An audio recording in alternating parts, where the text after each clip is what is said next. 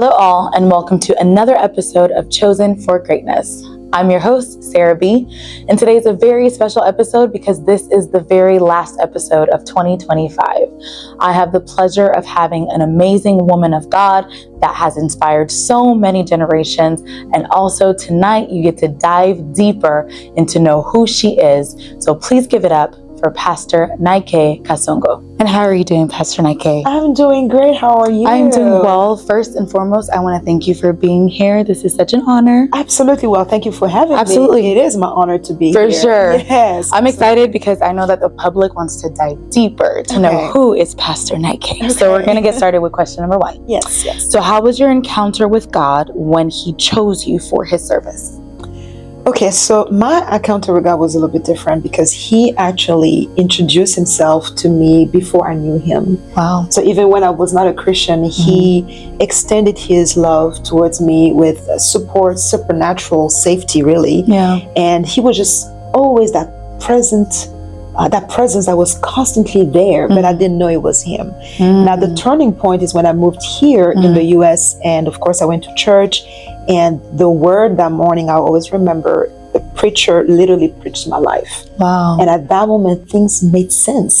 Like I could hear the Lord, and I was like, oh, so that was Him all along, even when I didn't know Him. So that day, I felt like saying yes, and I did. Walk to that altar and give my life to Him. Accepted Jesus as my Lord and Savior, and I accepted to be in a relationship with Him. Serving, though, was a byproduct of that. It was a natural response to the love that I was feeling for Him, to the love that I was discovering through Him. So it was just like, okay, what can I do for you, Lord? That was really a natural, an organic response, really, to my connection with Him and my love with Him. I love that. Okay, that's beautiful.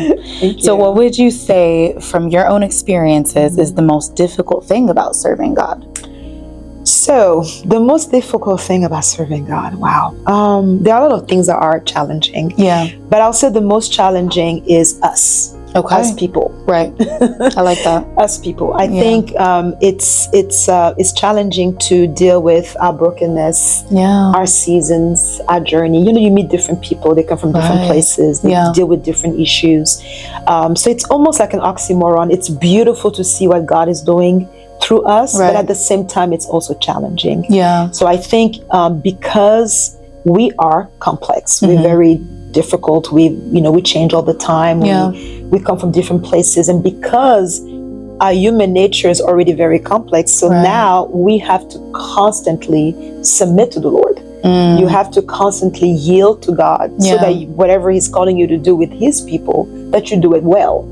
So it is not something that you can do on your own because you're an expert in people's relations, or because you have the experience. Every time you're working for God and you're dealing with His people, you need to submit to Him. You need to yield to Him so He can teach you how to care for His people. So we are, and as you can tell, I'm saying we because I put myself in there. Absolutely, We're very challenging, and I think that's the most challenging thing. I love that. I love how honest that was. For sure. I hope so. So is there a particular thing that God called you to do, or are you versatile when it comes to serving God? So I would like to say that I am versatile because I've tried to place myself in the box with God, and that's never worked. Does that make sense? I try to be just one thing, and it never felt natural. It never felt like it was me. So I've learned that with God, He can use different things, different set of skills, but the message might be the same. So when I started to understand what He was calling me to do, it was not about the ways that He was doing it, but it was the why or the what. Does that make sense? Like, what was the message behind it? What is it that I'm trying to tell my people? That's the message that I'm giving you. How I make that message come through, what part of you I decide to use for that message, that would be different. So today it can be this, next season it can be something else. However, the core of the message, whatever He wants to convey to the world, that remains the same. So that's what I will say, that I'm versatile, because I don't think I can just fit in one category. And honestly, it's one of my struggle because I've tried. I've tried to just fit into one thing. Like when people ask me what's your niche, and I'm like, I really don't have one. Okay. I like that. I don't have one specific thing that I can say this is my niche. And I think God likes it that way, because I don't think we can say what God's niche is. Like He's different, but it is the same God at the same time. So yeah, that's what I would say. That's beautiful. Thank you. So how are you able to balance being a wife, a mother, a servant, and also your alone time as well? How are you able to balance all of that? Yeah. Now the word balance sometimes makes it sound like we're able to do all of that so well. Yeah. But I will say the way I'm looking at this is I have to first remember that I am, after all, I'm Naïké. Oh. Does that make sense? Like, yes, it does. I'm Naïké. Yeah. I'm a daughter. I'm a daughter of a God. Yeah. I'm a person. I'm a human being. I'm a woman. Right. Who end up being married. Who end up having kids. Who end up being, a minister and doing all those other things. But the core of who I am is not necessarily the wife or the mother. Is Naïké. Does that make sense? Like the core of who I am is who God has called me to be. Who I am for Him as a woman. Now, in His infinite wisdom, He decided that I be married. He decided that I have a child, children, and so on. So when I look at it that way, that means that how I see myself is important. Right. My identity in Christ is important. But that's really from that place that everything else will flow. Oh, I love that. Does that make sense? That's so powerful. How do I balance that? I first make sure that I constantly remind myself the way God sees me. When God looks at me, He doesn't look at me just as a wife. Oh, right? Wow. He looks at me not just as a mother of those kids. Right. He looks at me as Naïké. Yeah. So who is Naïké for Jesus? So, and that takes lifelong to discover, some time to understand. For sure. But it's important to keep that as a priority, because if you know that this is who God has called me to be, and you are at peace with that, and you work on that, then everything else will flow out of that. Yeah. So when we talk about balancing everything else, it starts first with who I am. How do I balance me? How do I understand me? Am I having a clear understanding of how God is looking at me and what God is expecting me to do? When I understand that I'm at peace with who God is calling me to be, I believe everything else will flow. Yeah. And that's, to me, the big picture of that question. Another level of that question with the more practical part of it, which is how can you be all of that at the same time? Right. First said that you have to understand who you are first, and then everything else will flow. But I will say also that the fact that I'm structured helped a lot. I like that. Okay. Yeah. I can't function well in chaos. So, while I was full-time minister, full-time working, raising my kids, I had a very structured house. Okay. So meaning kids wake up at the same time, they eat at the same time, they go to bed at the same time.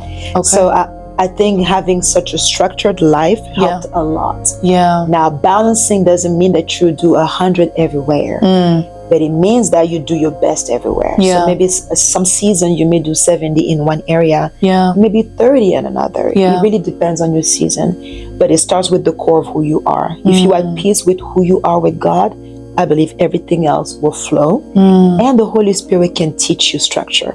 I love that. And help you manage it. Organization. But it's not easy, though. It's not easy. Listen, it's a struggle. It takes a lot of commitment and sacrifice. But when you yield to the Lord, He helps. He really does. For sure. Now, question number 5. What advice would you give a young woman that is trying to align with her calling? Okay. So, I'm going to answer that question assuming that she already discerned what her calling is. Yes. Right? Because it takes a minute sometimes to discern to discern that, to understand what the calling is. So let's assume that somebody out there knows what her calling is. Right. How do you align yourself? Apart from the fundamental things, such as, better your craft, whatever it is that you're supposed to do, be good at it. Right. If it takes for you to go to school, do that. If it takes for you to read more, do that. Practice more. work on your craft, right? That's, apart from that, apart from, of course, having mentors, because I think it helps a lot. I love that you just said that. Yes, it helps a lot to have people that are actually in the arena that you're trying to break through or get into. So you can ask questions. I know most people in places that we want to be don't have time, but if you can catch some of them, have conversations with them, ask them questions, of course, definitely have mentors and spiritual covering. You know, apart from all those obvious fundamental stuff, one thing that I personally did not do well, that I really wish I understood that earlier, is the importance of exposure. Like what you expose yourself to. Let's think about it this way. I'm called to play guitars. Okay. But if in my environment, the only guitar I'm exposed to is an acoustic guitar, then you see how now the spectrum of my calling is limited. It's very limited. Now, I am being obedient, I'm playing a guitar, but I'm only playing an acoustic guitar. Until I get exposed to, oh, there is electric guitars, oh, there is this other guitar. Now, it doesn't mean that what you were doing was wrong, but it just means that it was limited because of what you were exposed to. So I will really say, as you know your calling, how do you align yourself even better? Of course, after the mentoring, praying, reading the word, working on your craft, expose yourself so that your horizon can be a little bit more expanded, so that the spectrum of your calling can expand a little bit more. Be careful, of course, what you expose yourself to. Make sure it's godly. Make sure it's not leading you astray or leading you away from God. But it's important for you to go out there and see what else God can do. How are other people doing what you're called to do? How are they doing it?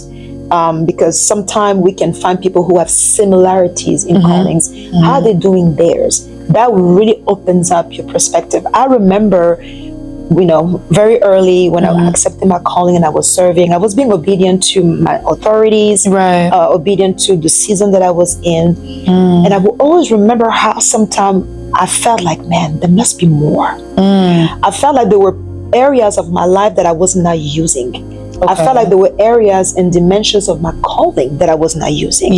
Not because I was in a bad place or a bad environment. It's just because the environment that I was in catered to a specific area, which was great. It was a foundation, which was really good. But as I started exposing myself to more, I realized, oh, that's what I felt like 20 years ago. I wanted to do that, but I couldn't see anybody do it. So I wasn't sure if I could or not. But now I'm like, oh, I thought about this 20 years ago. I just didn't do it because there was nobody around me that was doing it. So what I will say is, apart from all the, the basic stuff, which is, I said, mentoring, spiritual covering, going to God for inspiration, working on your craft, make sure you also expose yourself out there to see how other people are accomplishing the same thing that you're trying to accomplish. And you never know, God can really show you, like I give you the guitar example, that you could play that same notes with all those other guitar, same instrument, just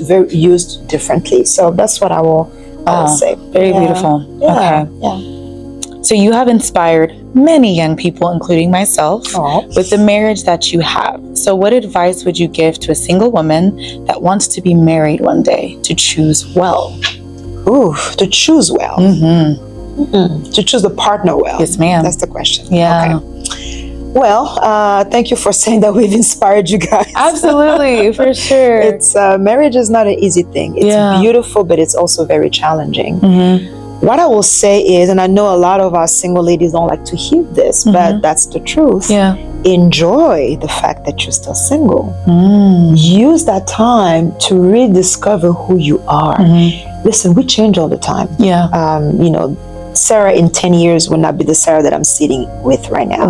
But the core of who you are won't change. Your desires, what you may aspire to do, your taste. Today you may like burgundy, tomorrow you may not even like it no more. We change all the time.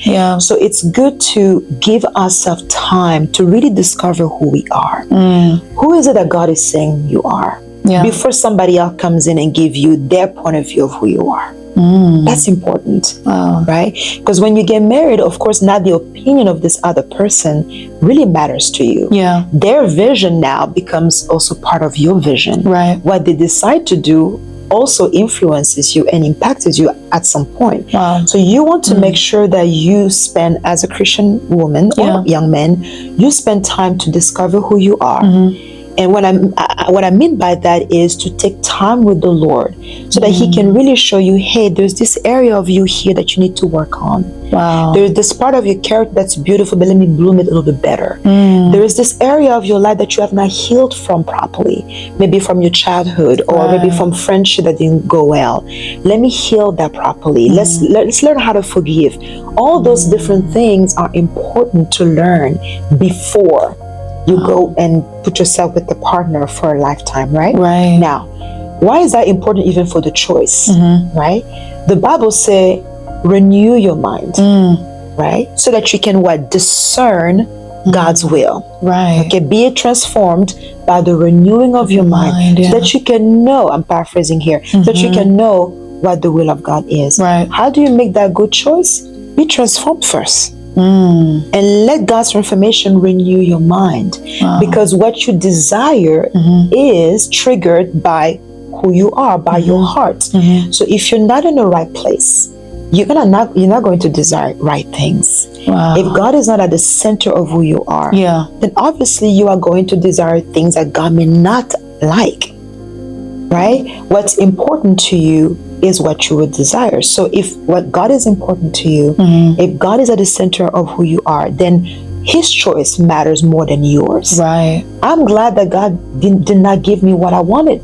Wow. I love that. Yeah. Does that make sense? Yeah. But it took my walk with Him, my maturity with Him, yielding to His Spirit and His Word to come to God and say, okay, Lord, I'm going to yield to whatever you have for me. Wow. And what I love with God is that when you literally do that, He transforms you. So things that you maybe didn't think was important before, now it's important. Let me just be very practical. You may say, I just want a tall guy. Okay, why? Oh no, I just like tall guys. Sure, God can give you a tall guy. But what if the guy that God has for you, who will check every box, is not that tall? Is it okay then or not? Wow. Does that make sense? And I think we need to get to that place to say that God can give you a tall, because I believe God can give you what you like. I really believe that.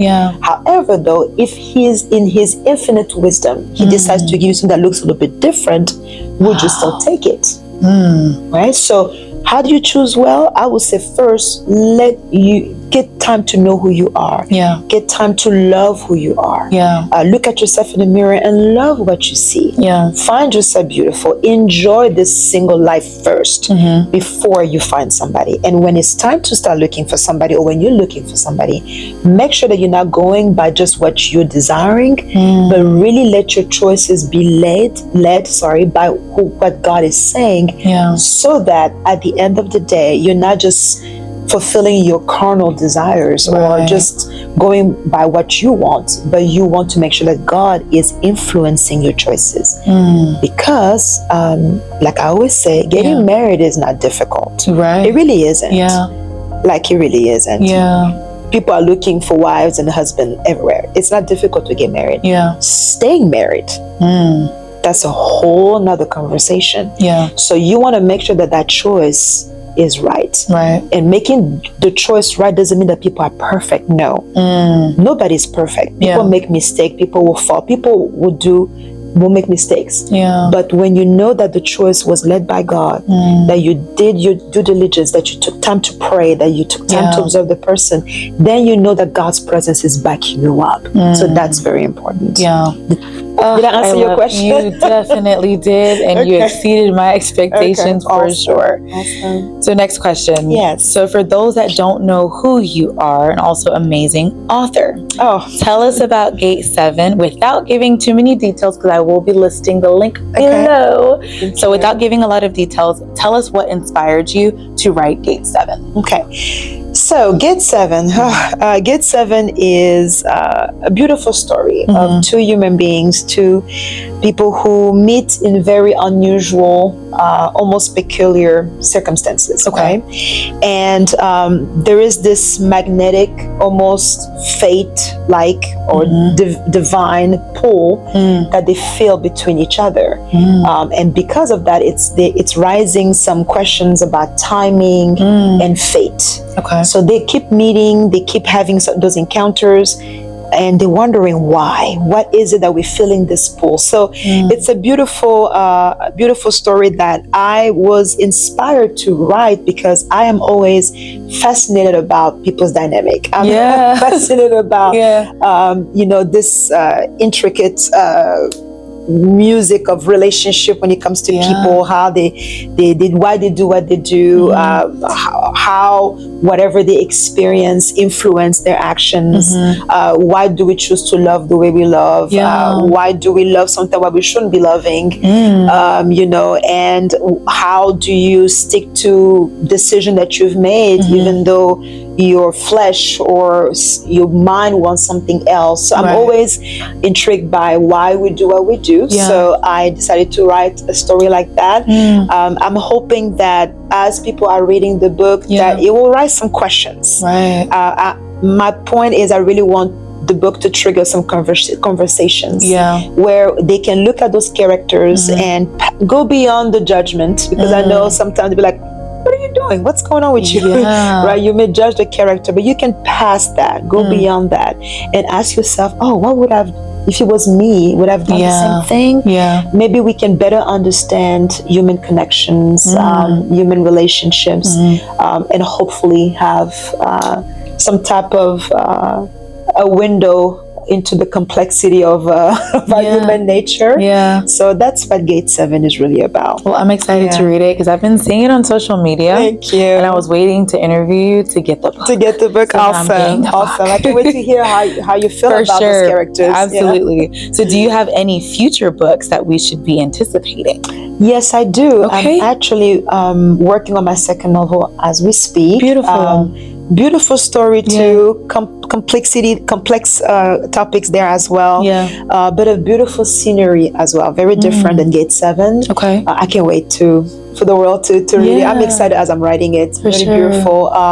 So that's gonna be there. I am also softly working on a third project, a third book that I am already thinking about, which will really touch a lot of our Congolese community. Actually, I love it. I'll touch the Congolese culture a little bit. I will add some personal experience there. So I can't wait to touch that because I know that one it would trigger some. Oh, for sure. I'm excited. Deep conversations. So I am very excited. So, who would you say your favorite person in the Bible is and why? Oh, that's a tough one. I really like David. I really do, but he's not my favorite. But I had to say that. I really love David. I think I'm going to go with Peter. Ooh, I love Peter. Different. Yeah, it is. Okay, elaborate. Peter I like him because he's so relatable. Like all of us can see ourselves in him. That's valid. He's bold. He has passion. But at the same time, he makes mistakes every chapter, pretty much. But I always think about yes, he made mistakes. Yes, he was very passionate. But he was bold. Like he's the one that got out of the boat in the middle of the storm. But everybody's scared and they feel like they see a ghost. And he's like, oh, if it's you, let me come. And he's the one who steps out. He's bold. That's Peter. When Jesus gets arrested, he's the one that pulled the sword. That was a mistake. He wasn't supposed to do that. But come on, don't you want somebody like that in your corner? Somebody loyal like that. Listen, pull that sword and cut that person's ear. Because they say, you're not going to touch my Lord. He was bold, and then he denies Jesus 3 times. Right? And then you can see the magnitude of what that did to him. Like he really broke him down, went back to fishing because he's like, I'm done. But then you see now this story of redemption, as many mistakes as he did, bold as he was, and a successful businessman as he was, he left all of that behind, served the Lord, walked with him with boldness, with courage. But God still came and redeemed him after he made that mistake. And now we have, Peter writing. I mean, his words are in the Bible. We know that when he was asked to be crucified, he said, I'm not worthy to be crucified like my Lord. So the Romans flipped him and he was crucified the other way. That's the same Peter who denied Jesus 3 times, but then that's the Peter who doesn't mind taking the death of the cross, just not the way his master died. So I love Peter. I like him. I think I can relate to him. Sometimes I can be impulsive, even if it feels good to my flesh, and I feel like God is gonna be happy about it. He's like, no, I don't like what you did, but I appreciate the passion. So I connect a lot with Peter. I like that. And lastly, what does chosen for greatness mean to you? Chosen for greatness. Okay, so I want to pause first and understand both concepts first. Being chosen. I feel like being chosen by itself is already honorable and unique. Right? Because being chosen means that you are intentionally pulled out of a place. Right? There's 10 apples, I'm picking the one in the middle. It doesn't mean that the other apples are bad, but I'm picking this one for a specific purpose. So just being chosen is already amazing. To know that God intentionally called you out and decided to select you for a specific task. So that's already beautiful. Now, for greatness, we have to define that a little bit, because greatness may mean one thing and then it can mean another thing for somebody else. When you look at the world right now, you see greatness is, having, 1 million followers on Instagram or TikTok. Nowadays, having a lot of views on YouTube, or maybe being the C-suite, CEO of a company. Maybe being an amazing stylist, or being a professor or a pastor of a mega church, or being a wife or having children. So the world will put that word greatness in an area that it might be different than God. Because what does God look like? What does greatness look like for God? Right? So what God is calling you to do, if you're able to do that, does God consider that greatness? Right? So let's say He has called you to wake up every morning at 5 a.m. and go feed the homeless. Now you may do that every morning. You wake up at 5, you go feed the homeless. They may not call you great in the world, but God will call you great. Right? So when we say chosen for greatness, we have to put that in perspective. It is nothing wrong with being a C-suite, nothing wrong with being a professor, with being a pastor who has big church, or even being an author or a professor. Nothing wrong with that. However, let's just be careful to make sure that we go back to our God and really ask Him, what do you consider greatness for me? Right? Because I could do all of those things, but if I don't do what the Lord calls greatness for me, then I'm missing it. Right? So you've been chosen for greatness, but for who? For the world or for God? So while you're doing all those other things that the world is considering great, it's awesome, but chosen by God for greatness, then define that. Let the Lord define that. Understand that, because that means that maybe you could be doing something that may not look great for the world out there, but in God's eyes, it is great. So chosen for greatness, you selected for a specific task. And if you do that well by God's grace, then you're great. Yeah, that's what I would say. Well, Pastor Naïké, like I assumed, you are amazing. I definitely just feel so genuine. You're just a genuine, amazing human being. And this is a very special show, because this is actually the last show of 2025. Really? Oh my gosh, I get to close this with you. You get to close it out. I am honored. Thank you. Sure. Thank you again so much for being here. And I will be listing Gate 7 down below, and also all of Pastor Naïké's social media. And if we don't see you guys, happy holidays, Merry Christmas, and Happy New Year. Bye, guys. Bye. Thank you.